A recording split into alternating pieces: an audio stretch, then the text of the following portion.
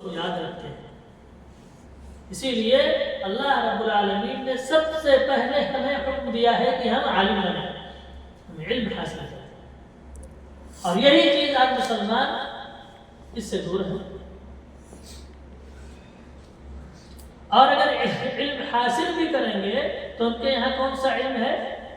کمانے والا، پیسہ دے گا، کہ جس میں پیسہ زیادہ ہے وہ علم حاصل کرے۔ یہاں تک کہ دیکھیے کہ اگر علم کی وجہ سے آدمی کو دولت ملتی تو بڑے بڑے عالم، اتنے ایسے عالم ہیں جو فقر و فاقہ کے زندگی گزارے ہیں، بھکمری کا شکار ہوئے، مفلسی کا شکار ہوئے، سب سے زیادہ دولت انہیں کے پاس ہوتی۔ لیکن دولت ایسی چیز ہے، دولت یہ اللہ تعالیٰ عالم کو بھی دیتا ہے، جاہل کو بھی دیتا ہے، انگوٹھا ٹیک کو بھی دیتا ہے، یہ تو لوگوں میں یہ پھرتا رہتا ہے۔ تو علم معیار دولت نہیں ہے، دولت کے حاصل کرنا، علم معیار ہے عزت کا،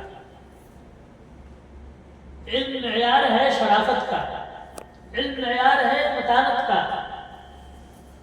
اس کی وجہ سے اللہ رب العالمین عزت فرماتا ہے، اور جس قوم میں علماء کی اکثریت ہوتی ہے، علم کی نشر و اشاعت ہوتی ہے، وہ قوم ترقی کرتی ہے، آگے بڑھتی ہے۔ لہذا میرے بھائیوں، اہل علم جب تک رہے دنیا میں ان کی ہم قدر کریں، اور وہ اہل علم جو ہمیں کتاب و سنت کی طرف، علماء ربانی، اللہ کے عالم۔ کون عالم؟ علماء جو اللہ کی، جو غیر اللہ کی طرف بلاتے ہیں وہ علماء نہیں ہیں، وہ شیطان ہے۔ عالم کی شکل میں، عالم کی بھیس میں وہ شیطان ہوتے ہیں۔ وہ علم، وہ اہل علم، وہ علماء جو رب کی طرف بلاتے ہیں، رب کی کتاب کی طرف، رب کے دین کی طرف، رب کی عبادت کی طرف، رب کی دعا کی طرف، ان کی طرف بلاتے ہیں، وہ عالم ہے۔ اور بندے کو رب کی طرف رہنمائی کرے، بندے کو ادھر ادھر نہیں، ادھر ادھر نہ لے کے جائے، بلکہ ڈائریکٹ اللہ تعالیٰ کی طرف رہنمائی کرے۔ کیوں؟ بندہ کس کا بندہ ہے؟ رب کا بندہ، اللہ کا بندہ۔ تو رب اپنے بندوں کی سنتا ہے، اپنے بندوں کی مدد کرتا ہے۔ انہوں نے پوری زندگی جب بھی حج کا خطبہ دیتے تھے تو امت اسلامیہ کو، ان کے حکام کو، ان کے اماموں کو، سب کو توحید اور وحدت امت کی تلقین کرتے تھے۔ اب سارے ان کے بیانات آپ دیکھ لیجئے، جو ان کے خطابات ہیں کس کے؟ حج کے۔ ہمیشہ توحید کی طرف، اللہ کی عبادت کی طرف، اللہ کے دین کو قائم کرنے کی طرف، اللہ کے شریعت کو نافذ کرنے کی طرف لوگوں کو ابھارتے تھے۔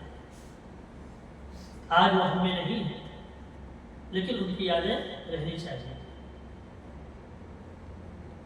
اور علماء کے جانے پر ہمیں غم ہونا چاہیے۔ کیوں؟ اس لیے کہ امت کا بہت بڑا خسارہ ہوتا ہے، نقصان ہوتا ہے، ایک پورا باب اور ایک پورا دروازہ بند ہو جاتا ہے۔